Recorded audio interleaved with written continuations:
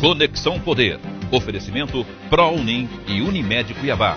Queimadas. Uma pequena chama, um grande risco.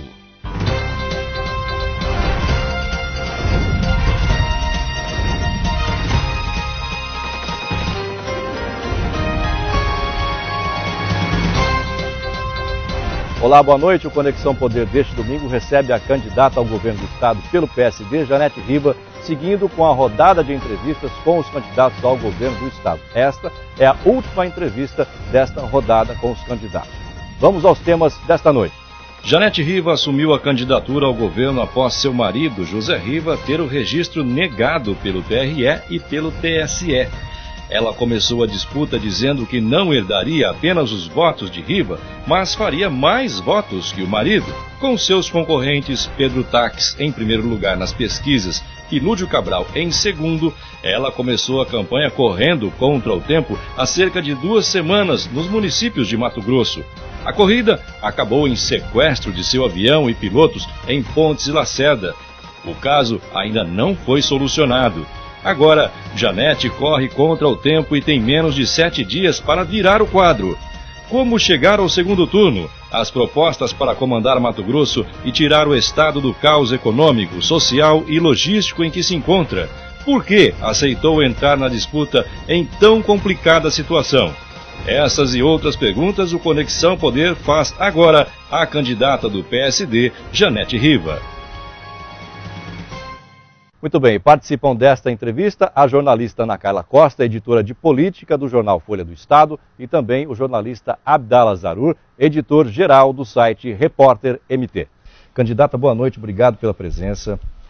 A pergunta inicial, por que a senhora demorou tanto para ser a candidata do PSD, já que o seu marido, o deputado José Riva, já havia sido impugnado no mês de agosto pelo TRE? Não seria melhor ter se candidatado naquela época? Não teria mais tempo e não teria tanta corrida quanto o tempo como agora? Bom, boa noite. Obrigado por a oportunidade de estarmos aqui. A princípio, nós sempre acreditamos, nós nunca tivemos plano B, que a candidatura de Riva seria viável, seria registrado. Quando colocamos o nome para a disputa, havia uma pré-consulta de grandes juristas em Brasília e que diziam que estaria apto. E não é do nosso feitio brincar com o eleitor, e é por isso que sempre acreditamos, por isso é que recorremos. Só no segundo impugnação é que conversamos, pós-impugnação, e definimos que não iríamos recorrer mais, até porque o eleitor precisaria ter uma segurança de uma candidatura, mas a princípio também o primeiro nome não fui eu. Nós definimos só entre família, que colocaremos para os nossos apoiadores, que seria a decisão de não concorrer mais. Só que na reunião, logo pela manhã no dia seguinte, por unanimidade, os presidentes de partidos fizeram questão que eu fosse a candidata para representar. E aí, como militante partidária, coloquei o nome à disposição, e o pouco tempo não foi essa preocupação, porque já tínhamos uma campanha em curso, então a substituição era meio que foi natural e a gente só precisou do prazo legal para o registro. Acabamos perdendo já uns dias com isso, mas no dia que nós startamos o processo, temos 20 dias, hoje estamos no 11º dia de campanha e acreditamos e queremos levar as nossas proposituras até o dia 5 e conseguir chegar ao segundo turno. No dia do lançamento eu disse para as pessoas, me deem 2 semanas que a gente está na disputa, e é isso que eu preciso então. A pergunta foi justamente essa, porque nos bastidores, logo que houve a impugnação do deputado Riva no mês de agosto, já se cogitava que o deputado a colocaria como sendo a candidata nesse caso de impugnação. Aí o processo no TSE se arrastou de uma forma tão grande que acabou, de certa forma, prejudicando até a sua nova candidatura. A senhora não admite que foi um erro de estratégia fazer isso? Não se candidatar naquele momento? Nós não tínhamos estratégia. Nós acreditávamos piamente que teríamos esse registro. Então não foi. Até algumas pessoas disseram assim, olha, será que seria uma estratégia de campanha? Só se fosse uma estratégia burra, né? Porque você não pode perder tempo. Porque a gente sabe que a eleição termina no dia 5, às 5 horas da tarde. Então nós tínhamos essa crença e por isso que fomos adiante com ela. Naquele momento da discussão da escolha do seu nome, houve uma discussão, ou a possibilidade de recuar e apoiar a candidatura do candidato Lúdio Cabral? Não, em nenhum momento, Ana Carla, até porque nós somos um partido muito forte. Nós somos o partido que mais temos prefeitos eleitos, mais prefeitas em número de vereadores. Então, nós precisamos de uma candidatura do partido. Nas pesquisas atuais e também nas anteriores, o candidato José Riva aparecia com uma rejeição muito alta. E nessa última pesquisa do Instituto Segmenta, foi divulgada pelo site Repórter MT, a senhora aparece com uma rejeição de 20%, muito abaixo da rejeição que o seu marido tinha. Pesquisa Ibope também. Pesquisa né, Ibope também, de quinta-feira, apontou a sua rejeição menor. A pergunta nesse sentido, Janete, até que ponto a figura do deputado Riva na tua campanha te atrapalha ou te ajuda? A figura dele não me atrapalha, sempre ajudou pelo grande trabalho que ele desenvolveu frente ao Estado. O Riva tem trabalho nos 141 municípios, então a figura dele é forte, soma sim. Agora, quanto a essa rejeição, é óbvio que nós temos uma candidatura que está hoje em primeiro lugar e que é mais ou menos aquela rixa que tem Corinthians e Palmeirense. Então, se você vota para um, automaticamente na pergunta para quem você não votaria de jeito nenhum, é para outra pessoa. Então, essa rejeição, ela não me assusta, não me comove, até porque nessa última pesquisa o que não apareceram ainda foi os números de indecisos. E aliás, aproveitando a oportunidade, o Ibope errou pesado em 2010, errou pesado em 2012 e para mim a pesquisa que serve é quando o voto está dentro da urna. Só para constatar o que ela está dizendo aqui, o Ibope em 2012, na eleição para prefeito, viu, Abdala, colocou vitória do Lúdio em primeiro turno. Isso. Nas suas últimas pesquisas. E o Lúdio acabou perdendo no primeiro turno, foi para o segundo, mas acabou perdendo também para o Mauro Mendes no segundo turno. Só para constar aqui. Fala, Abdala. Eu queria saber da senhora o seguinte, a senhora falou que o deputado José Riva tem esse conhecimento amplo do orçamento, dos municípios. Eu queria saber da senhora o seguinte, o eleitor que votar na senhora vai estar colocando quem no Palácio Paiva-Arço? A senhora ou o José Riva? Janete Riva, com certeza. As pessoas também me conhecem, sabem o meu perfil. Eu jamais entraria numa disputa para fazer de conta, para ser assim, digamos, laranja, como dizem. Eu entrei para assumir o governo, quero ser a primeira governadora de Mato Grosso e para mostrar o lado sensível da mulher, esse olhar diferenciado que nós temos e acredito que vou conseguir fazer um governo que vai ficar na história do estado de Mato Grosso. Então o Riva não vai assumir secretaria, não vai despachar no palácio? Não, a governadora será a Janete Riva. Qual seria a função do deputado num eventual governo Janete Riva? Já que não teríamos a primeira-dama, teríamos o primeiro cavalheiro, é isso? Primeiro-damo? O que o deputado faria num eventual governo seu? O Riva, ele sempre foi um deputado muito atuante e teve uma participação imprescindível, tanto no governo Dante, quanto no governo Blário e no governo Sival também. E não tenha dúvida que quando nós tivermos um grande embate, a população será consultada nas grandes decisões, e é claro que eu vou ouvir a opinião de meu marido, mas a decisão será da governadora. Ele vai ser um conselheiro da senhora, num eventual governo, ele não vai ter cargo no executivo. Não vai ter cargo, até porque ele brincou ontem comigo assim, olha, estou louco para terminar essa campanha, porque eu estou louco para ir pescar. Eu fico imaginando o Riva como secretário, né, tendo que ficar atrás de uma mesa. Até porque nós temos até a lei do nepotismo que não permite, né? Verdade. Não permite. E também não dá para imaginar ele descansando fora da política, né? Diante de todo o trabalho dele. A Abdala levantou a mão aí. A senhora se referiu... É parte da Abdala fazer assim. A senhora falou, citou os processos que o deputado Riva tem.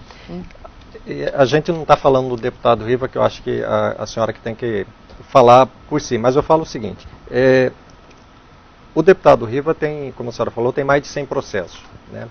E e foram desmembrando. Isso. A senhora já teve problema com o Ministério Público também. E o seu genro também, o João Emanuel, também teve problema. Eu queria saber o seguinte, isso é uma perseguição que a senhora acha que o Ministério Público faz contra a família Riva, ou existe alguma força política por fora que mira a família Riva nessa situação? Em relação ao João Emanuel, ele responde pelos processos dele. Não acompanhei, não estava junto, então ele está respondendo. Agora, em relação a mim, eu fui presa, eu e mais centenas de pessoas juntos, exatamente 4 anos atrás. Operação e até hoje, ambiental, isso, por uma denúncia anônima, aonde o delegado federal, no momento da prisão, quando vai fazer aquela entrevista, ele fez 5 perguntas. Ele fez questão, Ana Carla, antes de fazer a primeira, ele dizer assim: olha, eu quero deixar claro que a Polícia Federal em nenhum momento encontrou nada contra a senhora.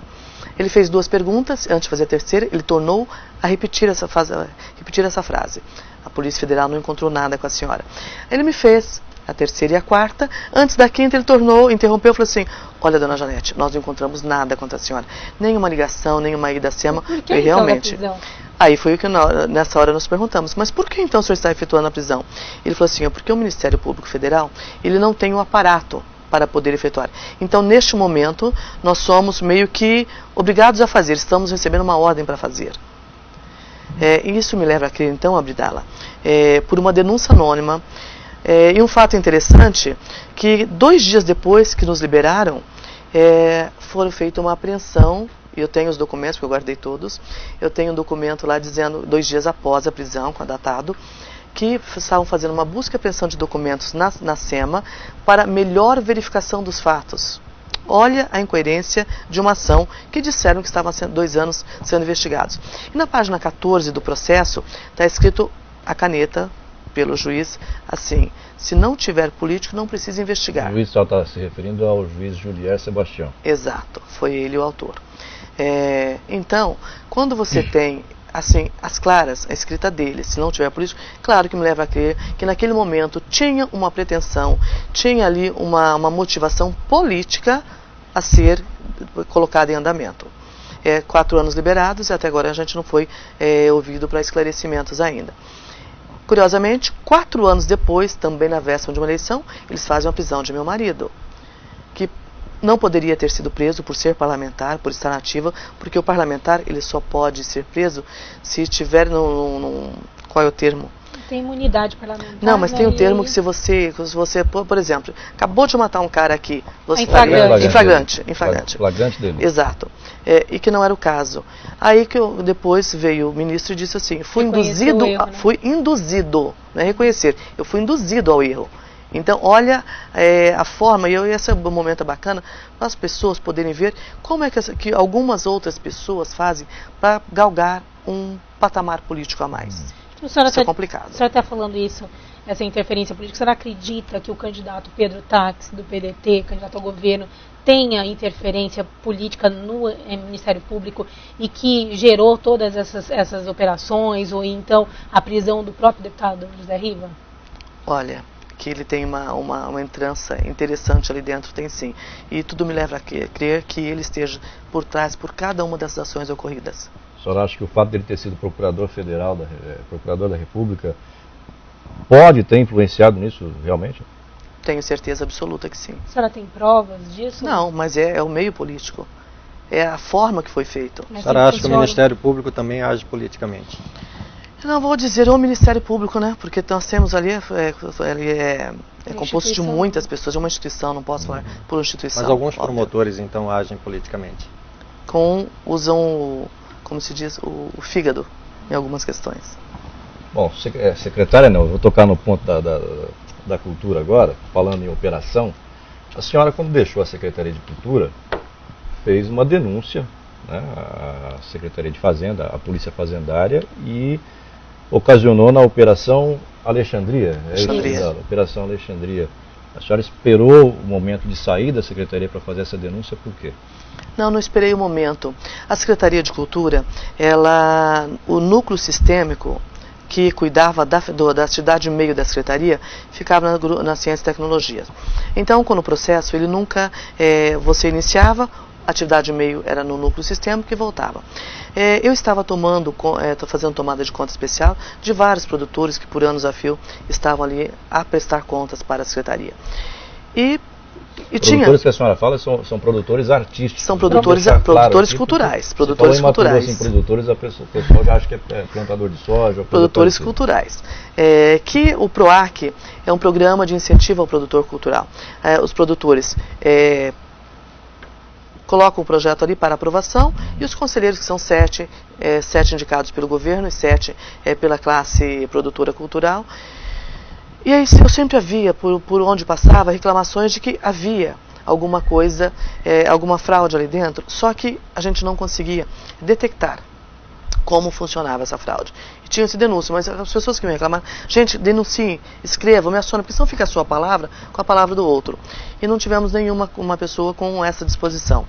E quando chegaram 2 processos à minha mesa, coincidentemente nos primeiros da prestação de contas, os contatos não batiam, o produtor já não, o AR, o comprovante de endereço voltava, e aí alguma luz me acendeu e falou: aqui está um problema. E comecei a comprar. A minha obrigação era mandar para o núcleo sistêmico, e assim eu fiz. E sempre passei para a minha secretária: cadê aquele processo? Ah, não voltou ainda. Eu mandei, acho que foi meados de outubro, o processo para o núcleo sistêmico, e ele só retornou para a minha secretaria no mês de março. E quando retornou, eu fiz uma sindicância, peguei pessoas da minha confiança dentro da secretaria e descobrimos o nome dos proponentes, o endereço atual em cima da unidade consumidora de energia, e montamos uma equipe que foram até o município, pegaram depoimentos, pegaram o recibo bancário, porque eram pessoas inocentes que foram realmente usadas. E era um esquema que eu não imaginava até que seria tão grande. O esquema já existia há muito tempo dentro da secretaria ou não? O que dá para perceber há muito tempo, porque são as pessoas que vivem, este ano está conselheiro, quando sai apoia um outro e vira essa corrente. Para manter o esquema. Mas aí tem que ter a conivência do secretário. Não, era muito bem feito. Acompanha sempre no Diário Oficial, candidata, liberações de verbas absurdas na Secretaria de Cultura, não digo que foi na sua gestão, mas em gestões passadas que eu acompanhei, verbas de 200 mil, de 300 mil, de 500 mil, de 1 milhão, um cidadão fazer uma festinha lá no município qualquer, né? E a população que acaba pagando. São nessas festinhas que acaba acontecendo.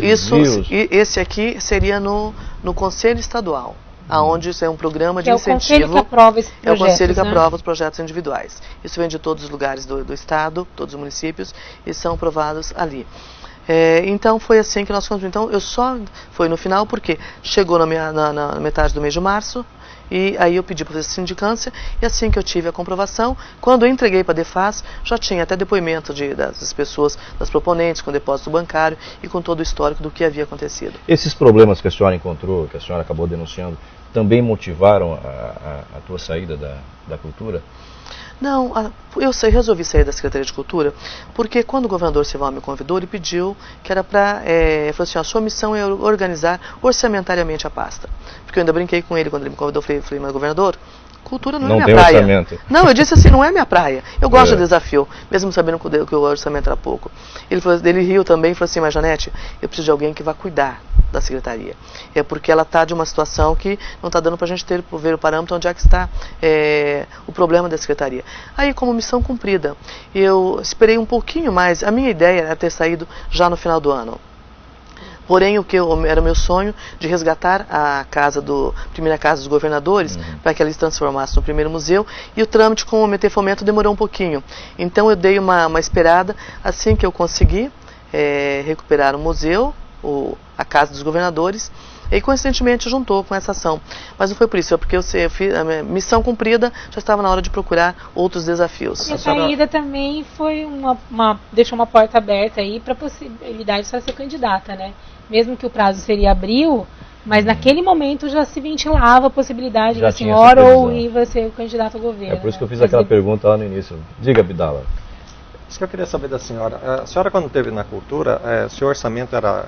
a senhora lembra qual que era o valor do seu orçamento? Era 29 alto? milhões. Mas depois a secretaria, a Cefaz, ela acabou contingenciando para 27, depois apertou mais um pouquinho, 24. Teve algum conflito com o governador Sival Barbosa com relação ao orçamento da secretaria? Não. Com o governador Sival Barbosa foi foi muito respeito. Agora, com a Cefaz a gente teve muito pelos contingenciamentos. Por quê? Isso é bacana, a lei da responsabilidade fiscal. Porque, da eficiência pública, que é a lei de autoria do RIVA, que a partir de 2015 ela vai entrar em vigor, porque o orçamento precisa ser cumprido. Porque o secretário, Abdala, ele fica inseguro com uma secretaria de Fazenda que, conforme o humor da semana, vem decreto e acima de decreto.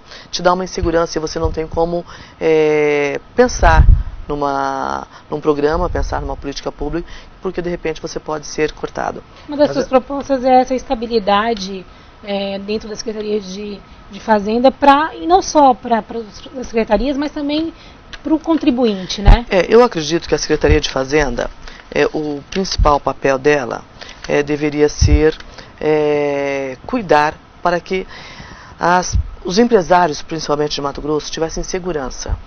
Hoje, se a Cefaz hoje, ela coloca um decreto, ela quer que comece a entrar em vigência já. É uma das propostas do meu governo que tenha-se a quarentena. Eu acho que foi um erro, o principal erro, um dos principais erros do governo Silval, essa situação dentro da Secretaria de Fazenda?